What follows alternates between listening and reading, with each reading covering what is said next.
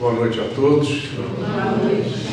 É com muita alegria e gratidão que estamos aqui nesta casa pela primeira vez. Aliás, tripla gratidão. Gratidão à casa pelo convite, gratidão aos benfeitores que tão amorosamente prepararam essa ambiência maravilhosa para a gente e, sobretudo, gratidão a Jesus por permitir este nosso reencontro. Antes de entrarmos no tema da noite, uma comunicação e, ao mesmo tempo, um convite. Algumas pessoas aqui já conhecem um trabalho que nós fazemos chamado Semente Diária. A Daura recebe, você recebe? Recebe também. O que são sementes diárias? Sementes diárias são pequenas mensagens de não mais do que 30 segundos que nós escrevemos sob inspiração do benfeitor. Mensagens de positividade. O objetivo é que a gente envie essa mensagem via WhatsApp todas as manhãs, com o objetivo de que a pessoa possa ter acesso a uma mensagem de positividade para que uma manhã que comece positiva tem tudo para se tornar um dia melhor. Aqueles que quiserem passar a receber a semente diária, é só no final me passar o número do celular que a gente inclui na lista de transmissão no WhatsApp. Tá bom? Obrigado. Tema escolhido para esta noite: a importância do Livro dos Espíritos. O Espírito Humberto de Campos, pela psicografia, pelas mãos maravilhosas de Chico Xavier, vem a nos comunicar, na obra Brasil, Coração do Mundo, Pátria do Evangelho, que quando se aproximava a virada do século XVIII para o século XIX, verdadeiras assembleias espirituais da mais alta hierarquia aconteciam próximo à Terra. Ali deliberavam sobre as missões para o século vindouro. Numa dessas reuniões, coordenada pelo próprio coração misericordioso do Cordeiro, deliberariam pela escolha dentre os discípulos de Jesus qual seria o missionário para cumprir a promessa de Jesus, quando ele disse: muitas coisas ainda tenho por vos revelar, mas não podeis suportar agora. Isso está em João 16. Quando assim o for, o Espírito de verdade retornará, vos apresentando novas coisas e confirmando todas as outras, pois ele trará o Consolador prometido pelo meu Pai. O Consolador prometido, o Espiritismo, a terceira revelação. Naquela reunião, um dos discípulos foi escolhido. Ele teria a missão não só de trazer, de apresentar o Consolador prometido, como também apresentar um novo método de observação e estudo, capacitando a humanidade não só para o aprendizado das novas revelações, como preparando-a para o outro século, o 20, onde teriam início as grandes transições. E assim fora escolhido. Retorna à atmosfera terrestre no dia 3 de outubro de 1804, na cidade francesa de Lyon, e recebe o menino o nome de Hippolyte Léon Denisard Rivail. Aos 10 anos de idade, a sua família manda para o castelo de Verdun, na Suíça, para que recebesse a sua educação de um outro missionário que veio antes dele, Johann Henri Pestalozzi. Este veio com a missão de humanizar a educação, pondo fim à palmatória, aos métodos de castigo, isso e aquilo. O jovem Hipólite, o menino Hipólite, com 10 anos incompletos, durante 10 anos apenas, o seu mestre Pestalozzi passou a ele tudo que podia passar de conhecimentos. O menino era brilhante, um jovem brilhante, tanto que aos 14 anos de idade, quando o seu mestre precisava se ausentar, ele dava aula aos colegas mais novos. Aos 20 anos, está pronto. Pedagogo, extremamente especializado nas matérias que ele gabaritava, como química, física, matemática, fisiologia, astronomia, retórica, análise, sem contar, tornou-se um poliglota, pois dominava a escrita e a fala no inglês, francês, alemão, espanhol, italiano e holandês. Retorna à França, se estabelece em Paris aos 20 anos de idade e nas próximas 3 décadas leva o seu nome, Hippolyte Léon Denisard Rivail, a um seleto nível dos homens bem reconhecidos no meio cultural francês. Reconhecido como pedagogo, excelente pedagogo, reconhecido como tradutor, gostava muito de fazer as traduções de obras de ética, de moral, e reconhecido como escritor.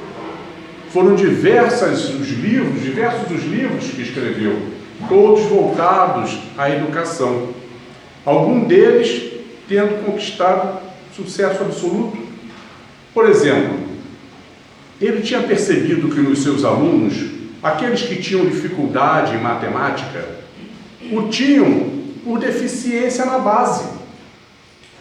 E ele desenvolveu então um livro chamado Manual de Aritmética Simples. Pois como ensinar equações se existe a dúvida nas operações básicas? E este livro, este manual, tornou-se tão importante que passou a ser utilizado praticamente por todas as escolas francesas durante 30 anos. O mesmo aconteceu com a gramática da língua francesa. Ele percebia muitas dúvidas, desenvolveu um livro de gramática da língua francesa.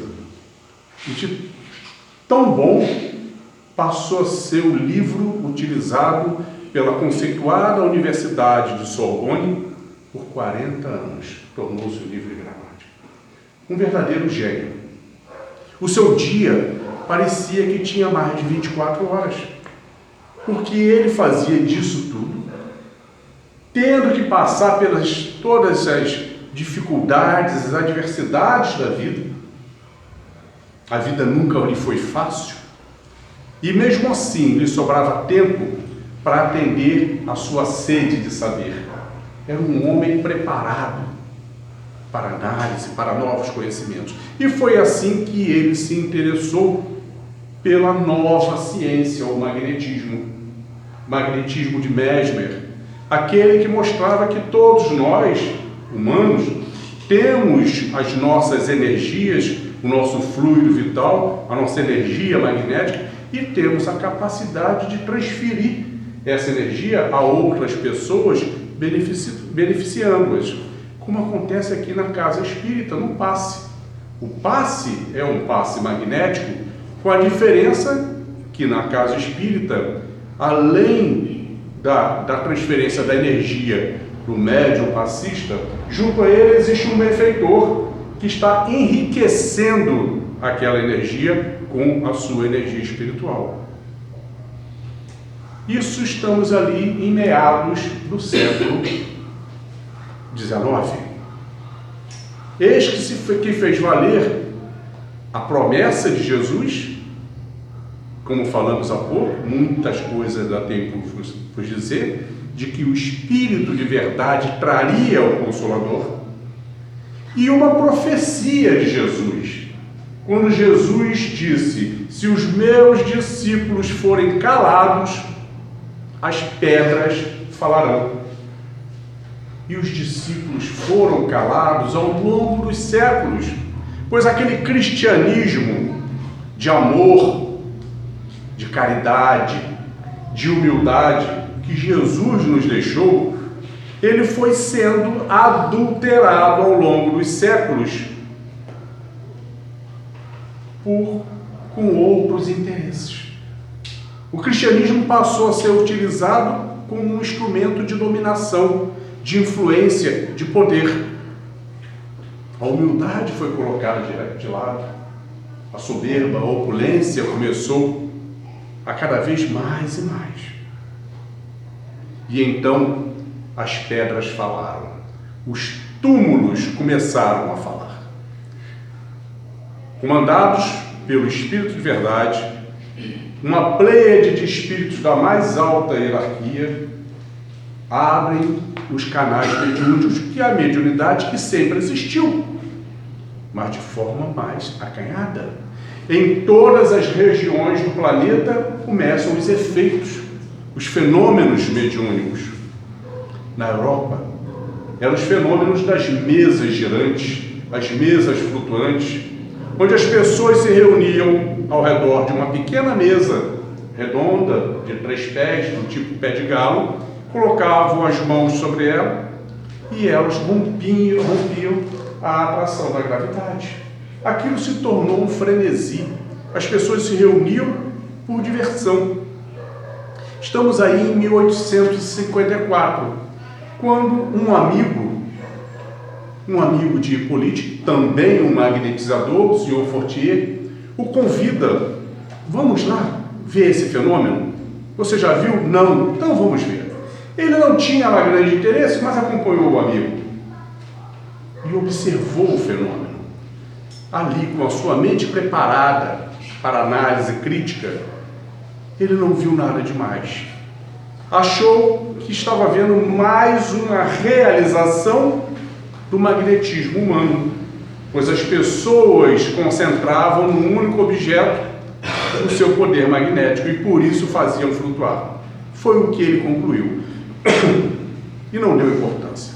No entanto, alguns meses depois, já em 1855, novamente é convidado a uma outra reunião e ele disse que não iria. Mas essa reunião é diferente. Esta família já faz essa reunião há alguns anos e com objetivos sérios de estudos, e as mesas respondem às perguntas. Os espíritos falam através da mesa. E ele foi. Chegando lá, já havia aquele método da psicografia indireta, que é o lápis preso a um cestinho, e o cestinho se movimentava. Os médiuns só colocavam levemente o dedo sobre o cestinho e ele se movimentava escrevendo a resposta à pergunta feita por alguém.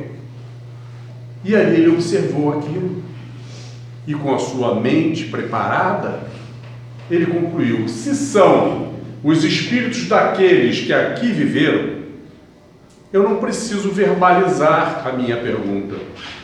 Vou fazê-la mentalmente e os espíritos têm que me ouvir. E ele fez a pergunta mental e a resposta foi imediata. E a partir dali, outras perguntas naquela e em tantas outras reuniões vindouras, naquele núcleo, naquela casa e em outras casas onde ele procurou saber que também se faziam reuniões sérias. E ele continuou testando. Começou a fazer perguntas nas línguas que as pessoas não falavam. E os espíritos respondiam corretamente no francês. Começou a fazer perguntas daquelas matérias que ele dominava, perguntas de astronomia, de química, de física, para saber que nível de espíritos eram aqueles, e fosse a pergunta que fosse, eles respondiam. Ele viu grande seriedade na coisa e se engajou. Passou a ser um frequentador assíduo dessas reuniões. Eis que num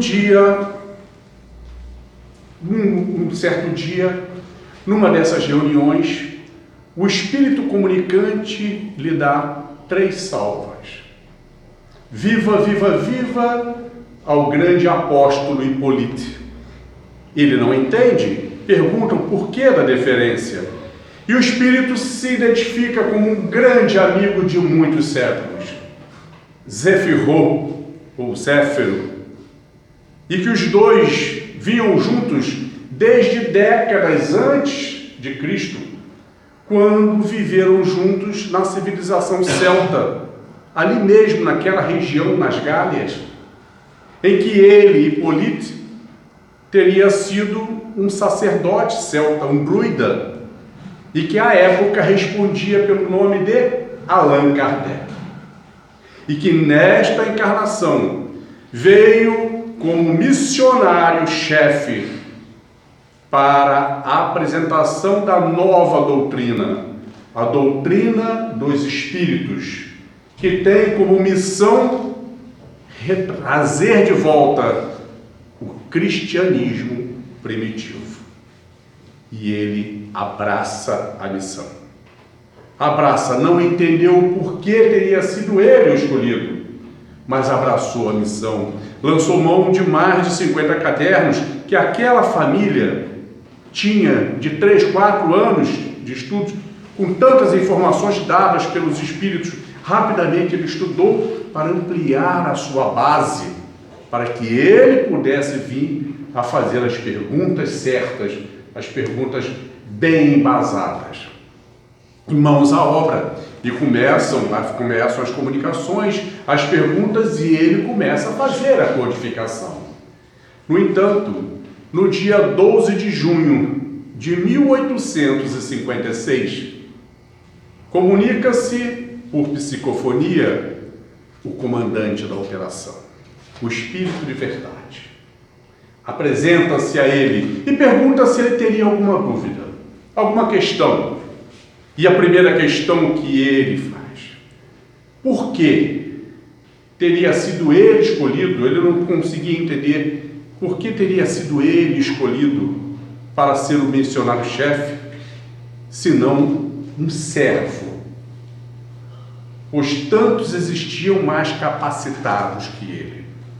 E o Espírito de Verdade limita-se a confirmar que a missão era dele, e que ele se preparasse, porque a missão seria rude, pois haveria de abalar a toda a humanidade.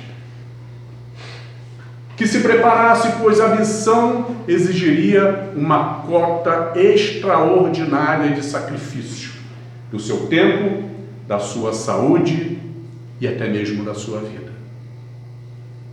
Que ele não antecipasse nenhuma informação a ninguém, até que a obra estivesse pronta, pois as informações teriam que vir de uma única vez com a apresentação da obra. Mas que ficasse tranquilo, pois a equipe espiritual, a pleiade de espíritos que estavam ali a serviço da codificação, eram os espíritos da mais alta hierarquia. Espíritos como São Luís, São João Evangelista, São Vicente de Paulo, Santo Agostinho, Fénelon, Franklin, Swedenborg, Sócrates, Platão e tantos outros que preferiram só usar os pseudônimos. Mãos à obra. Disse o Espírito de Verdade que, além de toda esta equipe, a partir daquela data, ele estaria 15 minutos a cada mês de encontro com o Hipólite, para que ele pudesse dirimir quaisquer dúvidas diretamente com o Espírito de Verdade. E foi assim que no ano seguinte, no dia 18 de abril de 1857, numa tarde chuvosa, no coração de Paris, Galeria d'Orléans, Na livraria Danty são colocados à vitrine 2 exemplares do Livro dos Espíritos, assinado por um desconhecido Allan Kardec. Mas por que resolveu assinar com o seu nome celta, se ele é um escritor renomado? Por 2 motivos. O primeiro, por humildade, porque ele não se considerava o autor da obra, e sim o servo codificador, pois a obra era de autoria dos espíritos. E o segundo motivo é que ele viu tamanho conteúdo na obra, que a obra não necessitava de nenhum empurrãozinho do nome político, pois ela venceria certamente pelo seu conteúdo. E venceu. O sucesso foi absoluto. Eram as informações que todos nós sempre desejamos ter tido. Os esclarecimentos que nos tiravam dos dogmas, das fantasias. Naquela primeira edição, o Livro dos Espíritos veio com 501 perguntas e respostas. Logo após o lançamento, Kardec continua na obra, já preparando a segunda edição ampliada, e que veio à luz em março de 1860, com a formatação ampliada, a mesma formatação que temos hoje. 1019 perguntas e respostas. Desta vez, muito bem dividida em 4 temas. O primeiro tema, das causas primárias, a parte número 1, que vai da questão 1 à questão 75.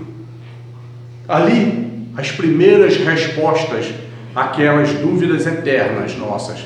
Quem sou, de onde vim, para onde vou. A segunda parte, com o tema do mundo dos espíritos, é a maior delas. Vai da questão 76 a 613. Ali, as grandes revelações.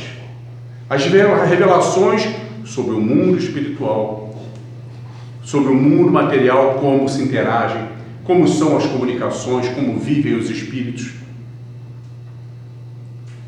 A terceira parte, da 614 a 918, apresenta as leis morais, a ética do mundo espiritual, a ética apresentada pelos espíritos. E por fim, a última parte, da 919 a 1019, com o tema das esperanças e consolações. Das esperanças e consolações, onde ali vem explicar o porquê sofremos, as nossas desigualdades de saúde, desigualdade de condições socioeconômicas, todas a grande desigualdade que existe entre todos nós. Porque nas 3 primeiras partes, elas já foram construindo, pelo esclarecimento, a nossa fé raciocinada. Até então, nós tínhamos, ao longo de séculos, seguimos uma fé dogmática, fantasiosa. Você acredita nisso porque é isso. E acabou o assunto. Eu seguia uma religião porque o meu pai me passou e o pai dele passou para ele, e assim foi embora para trás. Mas se eu fosse questionar alguma coisa, ninguém me esclarecia. E dependendo do período que se fizesse esse questionamento, ia para a fogueira. Então, era a boca calada. Quantos de nós, possivelmente por apresentar algum tipo de mediunidade, podemos ter sido queimados numa fogueira? E então vem à luz este livro, o Livro dos espíritos. No entanto, com todos esses esclarecimentos, eles não se bastaram por si só. Foi tão importante essa pedra fundamental, o Livro dos Espíritos, que cada uma dessas partes gerou uma nova obra. A parte 2, aquela que é a maior, do Mundo dos Espíritos, ela se transforma no Livro dos Médiuns, em janeiro de 1861.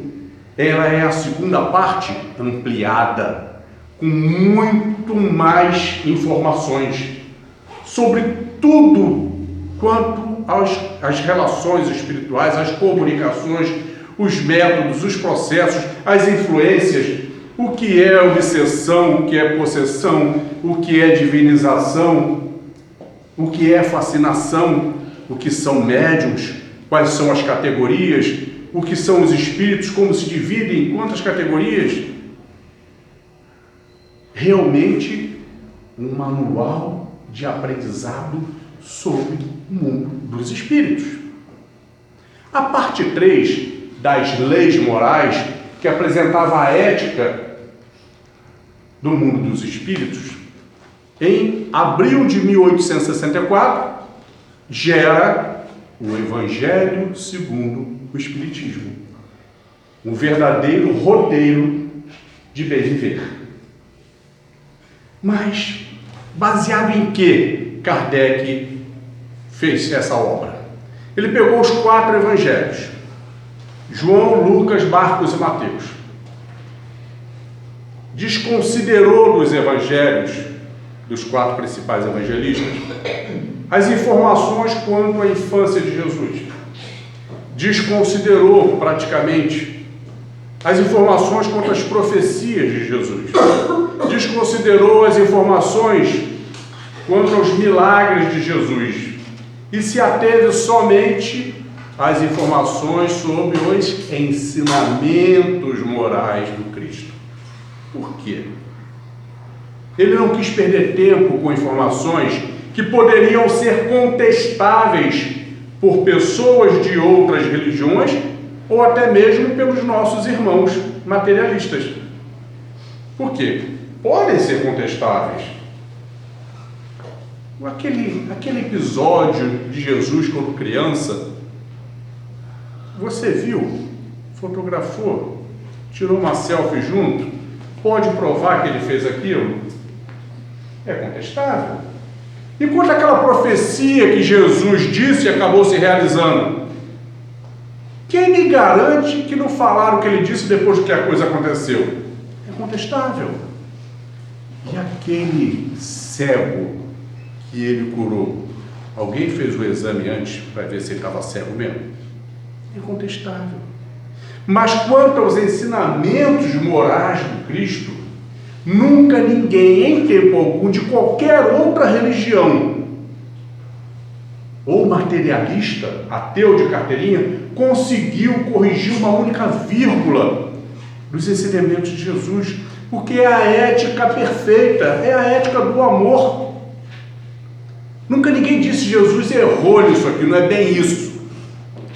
Porque é a perfeição, é a lei do amor. Por isso o Evangelho segundo o Espiritismo é um roteiro de bem viver. A quarta parte das esperanças e consolações gera, em agosto de 1865, o livro O Céu e o Inferno. Neste livro, Allan Kardec, de uma vez por todas, coloca uma pá de cal nos dogmas e fantasias de todas as religiões dogmáticas que fomos obrigados a engolir, botar goela dentro durante séculos e séculos. Pois ali, aqueles dogmas nos levavam a obedecer a um Deus, não por amor, mas por medo. Temíamos a Deus, um Deus cruel, exigente, um Deus que beneficiava, premiava ao filho obediente com a felicidade eterna no paraíso, sob as nuvens macias, ouvindo eternamente o som das harpas dos anjinhos. Eu confesso que não é meu conceito de felicidade ouvir eternamente o som de harpa. Gosto, acho bonito, em alguns momentos. Ao mesmo tempo, esse Deus castigava com o fogo eterno do inferno ao filho que cometesse o erro. Olha o requinte de crueldade, arder sem consumir, é eterno. Não fecha. Essa informação não fecha. Como poderia, por exemplo, uma mulher boa, uma mãe adorável, ganhou a felicidade eterna no paraíso, ser feliz se ela sabe que um de seus filhos cometeu um erro e está ardendo eternamente no inferno? Como esse coração de mãe vai ser feliz? Nunca, jamais. E foi isso que Kardec mostrou. Ele nos apresenta de uma forma bem simples, objetiva, o Código Penal da vida futura. O Código Penal de Deus. Em 33 artigos, de fácil leitura, ele nos mostra o mecanismo utilizado, o processo utilizado pelo amor, pela bondade e pela sabedoria infinita do Pai, do que como nós transitamos do erro à evolução. Que tudo que passamos, as dores que passamos, as vicissitudes que passamos, fazem parte do processo de bondade do Pai, que só quer o nosso bem. Através do sofrimento, nos chama a atenção para os nossos erros que originaram aquele sofrimento, nos leva forçosamente à análise, e quando nós nos arrependemos, arrepender é diferente de ter remorso. Qual é a diferença de remorso para arrependimento? Remorso, a gente faz a coisa, percebe que fez a coisa errada, mas daqui a pouco volta a cometer o mesmo erro.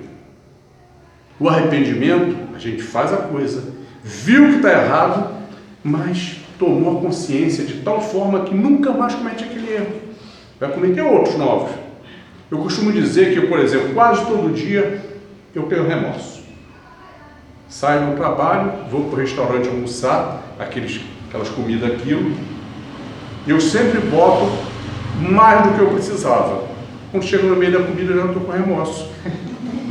Prometo que amanhã eu não faço mais, no dia seguinte está lá o mesmo prato caprichado. E assim a gente vai se arredondando. Mas, a partir do momento que é o arrependimento, pode botar o prato que for, vou botar contigo certinho. E no arrependimento, nós vamos ao processo de reparação. E só existe um caminho para reparar os nossos erros cometidos, através do serviço no bem ao próximo. Se não podemos servir diretamente àquele que foi a nossa vítima, nós servimos a outros, e a bondade do Pai faz a compensação. É isso que os 33 artigos nos mostram. Nesta obra, Kardec também nos mostra, para o nosso estímulo, dezenas de depoimentos de espíritos relatando o momento do seu desencarne, como foi, se foi doloroso, se não foi doloroso, se foi confuso, se não foi confuso, se foi difícil, se não foi difícil, e o depois do desencarne. E ele divide esses depoimentos por classes de espíritos. Começa pelos espíritos bondosos, desencarnes tranquilos, a sequência tranquila, depois para espíritos medianos, espíritos maus, espíritos endurecidos, suicidas e outros mais. E ali a gente vê como é diferente o processo do desencarne, do muito doloroso ao muito sutil, tranquilo.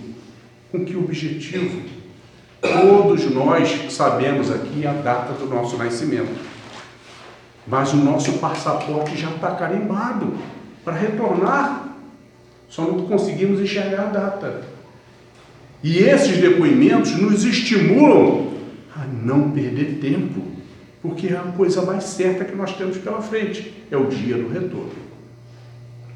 Por fim, a última obra desses 4 livros que, junto ao Livro dos Espíritos, formam o Pentateuco, Gênese, lançada em janeiro de 1868.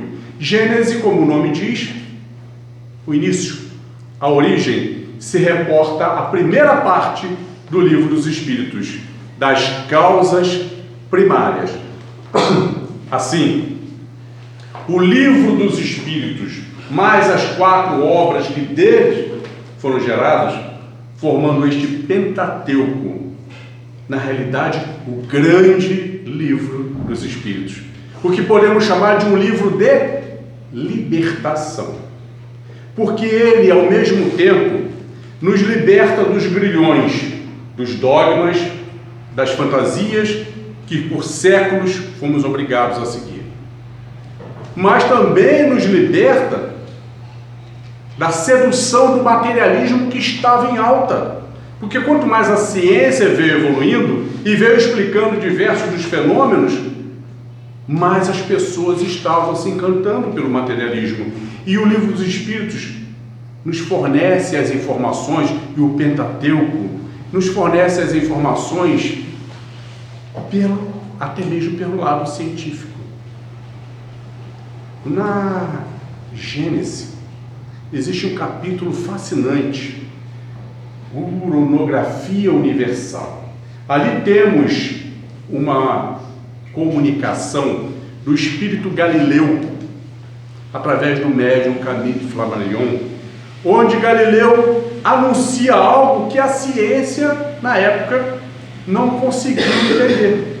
Quando ele diz que, quando dá na velocidade do trovão, o tempo torna-se relativo na infinitude do universo, de orbe para orbe.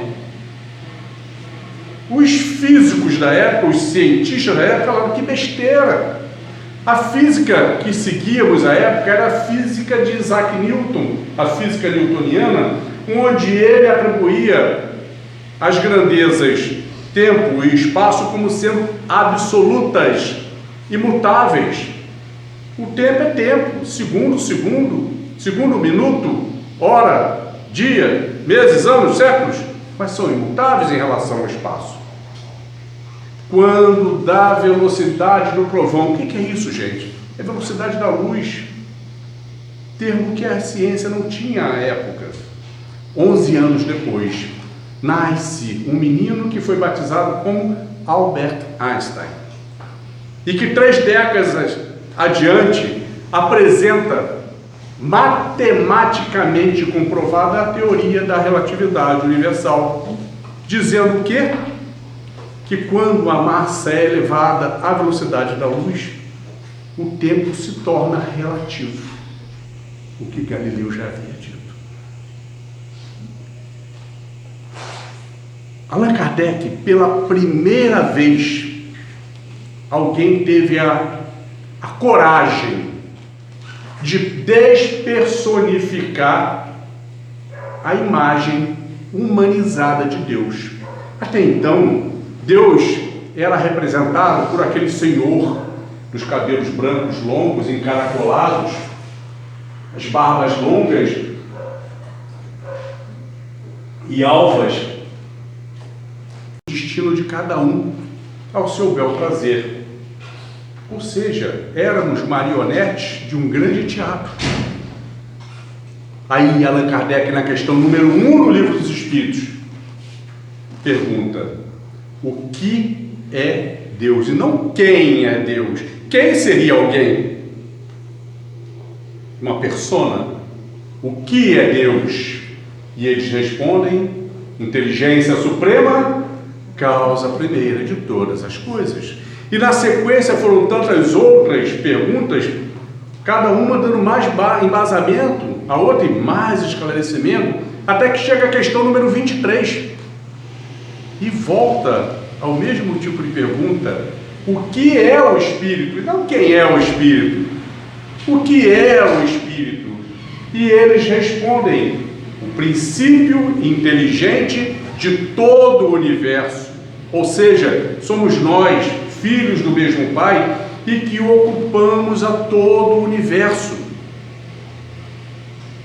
aos diversos mundos, separados por níveis de classes, de acordo com os nossos desenvolvimentos, todos criados simples e ignorantes e com o mesmo destino, atingirmos um dia a perfeição, e que todos chegaremos lá, sem exceção, uns mais cedo, outros mais tarde, mas todos chegaremos lá.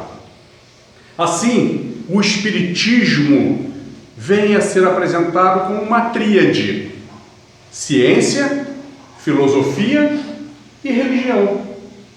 A ciência que estuda, esclarece a origem e o destino dos espíritos. A filosofia que nos apresenta a mais perfeita ética moral, a lei de amor. A religião consoladora, sem templos, sem altares, sem representantes intermediários entre a criatura e o Criador. A religião que nos ensina que nós nos comunicamos com o Pai diretamente através da oração e recebemos a resposta através da inspiração. A religião consoladora, porque explica as nossas dificuldades, as nossas desigualdades, nos capacita ao enfrentamento dos nossos problemas. Não existe na Terra que não tenha. Ao enfrentamento com a resignação. Eu não sofro porque eu sou um pobre coitado, eu sofro porque eu preciso passar por essa etapa em meu benefício. Mas o que faz uma religião ser boa? Uma religião, para ser considerada boa, é aquela que fornece ferramental para que o homem evolua moralmente. Toda religião que fornece isso aos seus seguidores é uma boa religião. E são diversas. Costumamos dizer, como todas as águas dos rios acabam dando ao mar, toda religião levada a sério conduz a Deus. Quem aqui não conhece pelo menos um caso de uma pessoa que estava desgarrada, perdida na vida e se encontrou num templo evangélico? Mudou a vida da pessoa. Quantos também não se encontraram num templo católico, num templo budista, numa casa espírita? São as religiões cumprindo seus papéis. Então são boas. Mas Allan Kardec não deixava passar nada. Se existe esse ferramental, essas regras que fazem com que as pessoas evoluam moralmente, aí ele vai lá na questão 621 e pergunta: onde estão gravadas as leis de Deus? E os venerandos respondem: na consciência dos homens. E é uma verdade. É verdade porque nós estamos na matéria, mas nós fomos criados espíritos. A nossa essência é espiritual. A nossa pátria é a pátria espiritual. Hoje estamos em Três Rios, mas daqui a pouco estaremos de volta ao nosso local, a nossa pátria espiritual. Ninguém precisa seguir a religião nenhuma, a prova disso são os próprios ateus, para na hora que tiver que tomar uma decisão importante, que que vai gerar consequência a alguém, que consulte a consciência e não saiba certinho se vai fazer o certo ou o errado. Estou tomando uma atitude correta? É só consultar a consciência, porque a nossa consciência nos diz. Assim, Allan Kardec pergunta então, já que estão gravadas nas leis, as leis de Deus na consciência dos homens, em caso de dúvida, vai a questão 625, qual o tipo Deus dispôs ao homem para que lhe servisse de melhor modelo e guia? A menor resposta de todos os livros, de todo o livro dos Espíritos, mas a mais significativa: Jesus. E é uma verdade. Quando nós estamos num momento de muita dificuldade, para tomar uma atitude, uma decisão, fechamos os olhos e perguntamos: o que Jesus faria no meu lugar? A resposta é imediata. Assim, o Espiritismo é a nossa memória. Se nós somos espíritos e que a maior parte do tempo nós estamos no mundo espiritual, boa parte das informações nós já tínhamos acesso. Como vivemos como espíritos, como transitamos, como nos comunicamos, boa parte delas, pelo nosso nível de evolução, já tínhamos. E é isso que faz com que o estudo, a leitura do Livro dos Espíritos, boa parte das perguntas nos entra com tanta facilidade. Nós aceitamos com facilidade, porque na realidade nós estamos relembrando. Aliás, isso fora verbalizado por ícones da doutrina espírita. Bezerra de Menezes, Eurípides Bassanufo, Vitor Hugo, falaram a mesma frase quando acabaram de ler o Livro dos Espíritos pela primeira vez. É como se eu já conhecesse isso tudo, já conhecia, só estava relembrando. E esta é a grande verdade. Assim, espíritas, estamos aqui hoje reunidos, espíritas e simpatizantes da doutrina espírita. Qual é a diferença? A diferença é que o espírita já tem a consciência da sua obrigatoriedade no estudo do espiritismo. E espiritismo se estuda com Allan Kardec. São as obras básicas. Daí o nome básicas. Todas as demais obras, toda a demais literatura espírita, dos autores mais respeitados, Emmanuel, André Luiz, seja quem for, são obras complementares. É importante o estudo das obras básicas, porque é ali que nós temos a nossa base para poder entender com perfeição as outras. A importância do Livro dos Espíritos está nisso. É uma obra importante a ser estudada, porque ele é o manual básico. Se nós vamos ler o Livro dos Médiuns, me interessa mais esse assunto. Mas sem ler o Livro dos Espíritos, vai navegar num oceano de dúvidas. Qualquer outra obra, sem primeiro estudar o Livro dos Espíritos, nós temos interpretações por vezes duvidosas. É tão importante que nós não podemos abrir mão das introduções. São 17 introduções, não pode sair lendo a pergunta número 1. Vamos às introduções, 17 introduções. Ali, Allan Kardec, cuidadosamente, faz um resumão de como chegou até ali e nos dá algumas informações que vão nos ajudar no estudo.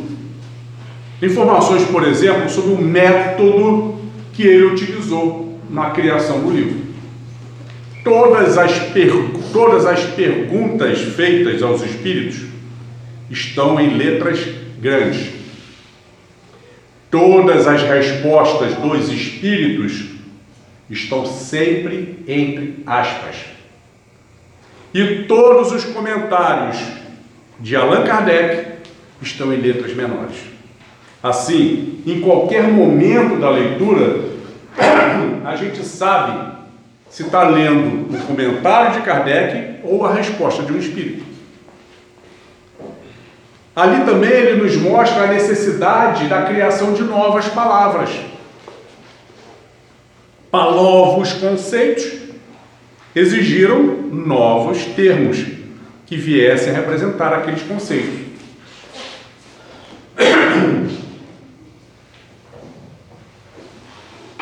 Por exemplo, espiritismo. Espiritismo é uma palavra que não existia, criada por Allan Kardec. Existia a palavra espiritualismo. O que é espiritualismo? O oposto ao materialismo. Materialismo, tudo se encerra na matéria. Espiritualismo, existe a continuidade após a matéria. O que faz com que todas as religiões sejam espiritualistas, inclusive a nossa.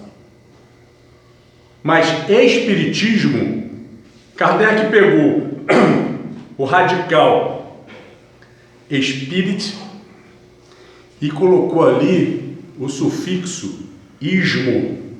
Ismo quer dizer próprio do radical. Espiritismo, próprio dos espíritos. Doutrina própria dos espíritos. Espiritismo.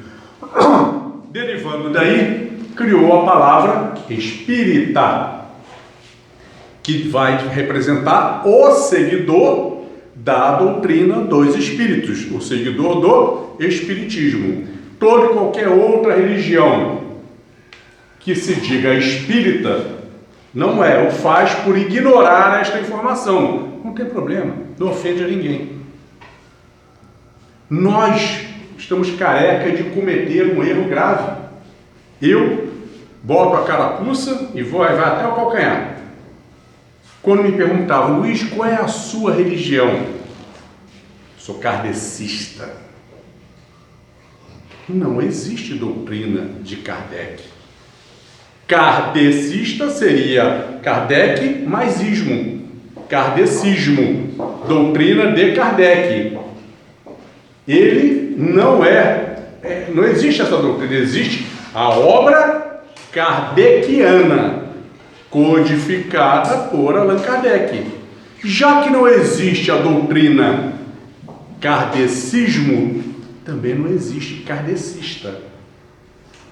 Luiz, o que você é? Eu sou espírita, kardecista. Mas por quê? Porque tinham medo do preconceito. Se eu não falar que sou kardecista, vão achar que eu vou daqui a pouco bater tambor.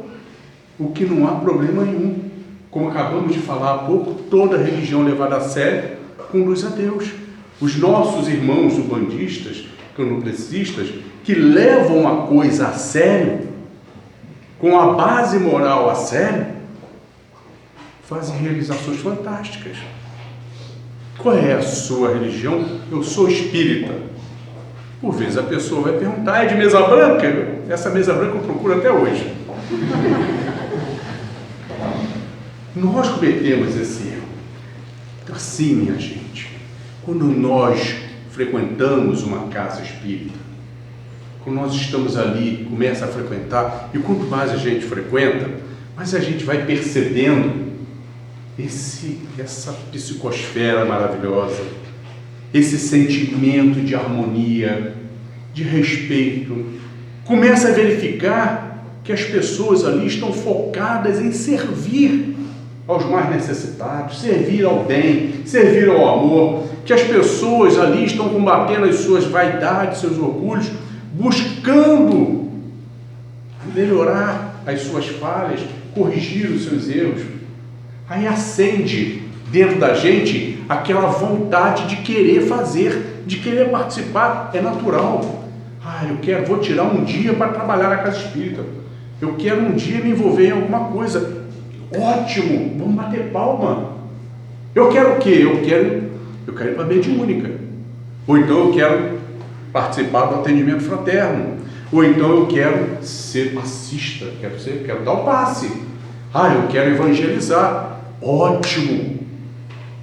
mas precisa ser espírita e não simpatizante do espiritismo. Requer estudo. Precisa verdadeiramente estudar. O espiritismo é uma doutrina de esclarecimento.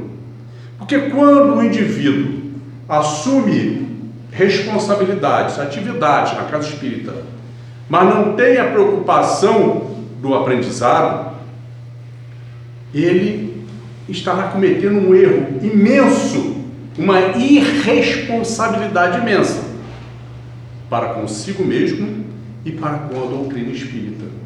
Porque no dia a dia, fatos inusitados ocorrem. Aí a pessoa pergunta, como é que foi isso? Aí eu não sei, mas eu acho. E quando eu acho, eu tenho duas possibilidades. Posso achar certo ou posso achar errado. Se eu acho certo e respondi, beleza, não teve consequências. Mas se eu achei errado e respondi, acabei de criar um misticismo, acabei de criar um dogma, acabei de ir na contramão da doutrina espírita. Ao invés de esclarecer, disse uma inverdade. E como Kardec disse, os maiores inimigos do espiritismo estão entre os seus seguidores inábeis, que produzem e divulgam inverdade.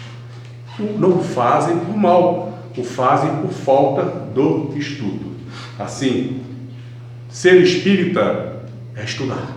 Aos simpatizantes, podem ter certeza, daqui a pouquinho vão estar espíritas, porque é um caminho sem volta. Aqueles que dizem, mas eu não consigo ler, eu tenho uma preguiça doida, me dá sono, eu começo a ler, já estou dormindo. Eu dou a seguinte sugestão: leia uma questão do livro dos Espíritos por dia. Não é ler, bababá, ler e estudá-la por dia. Faz só uma. Em 2 anos e tal, quase 3, vai acabar de ler o livro. Mas eu duvido que em 2 semanas não esteja lendo algumas questões por dia, porque é cativante, é estimulante, e mais a gente a gente vai querer devorar. E daqui a pouco a gente perde horas diante de uma novela, de um filme. Daqui a pouco a gente tem aquele compromisso com nós mesmos. Assim, minha gente, finalizamos lembrando uma frase do comandante da operação, o Espírito de Verdade.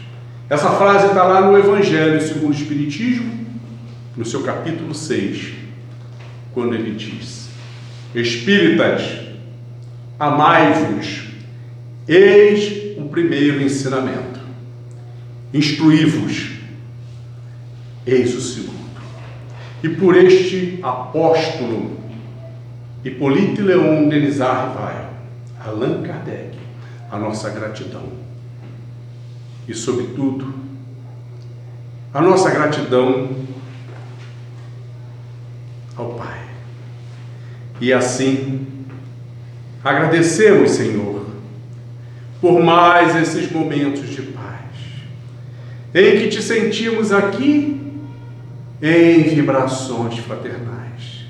Venha, ó Maria, socorrer os que sofrem, peregrinos na dor, suplicamos o vosso amor.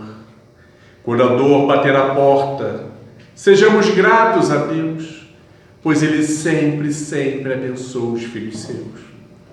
Quanta luz neste ambiente, descendo sobre nós, vibrando em nossas mentes. Senhor Jesus, ainda somos tão crianças necessitadas de luz, suplicamos o celestial amparo para nos livrar do mal. Tu, Jesus, que lançaste ao mundo o novo sentimento, o novo amor, aquele apregoado aos pescadores por teus lábios tão divinos, ó Rabi da Galileia, o amor que expulsa a multidão dos pecados. Contigo, Mestre, não haverá mais dor, não haverá mais guerras, somente a luz descendo à terra. Ensina-nos, Senhor, a transformar espinhos em flores perfumadas. que é o som da confiança em feitos nossos caminhos.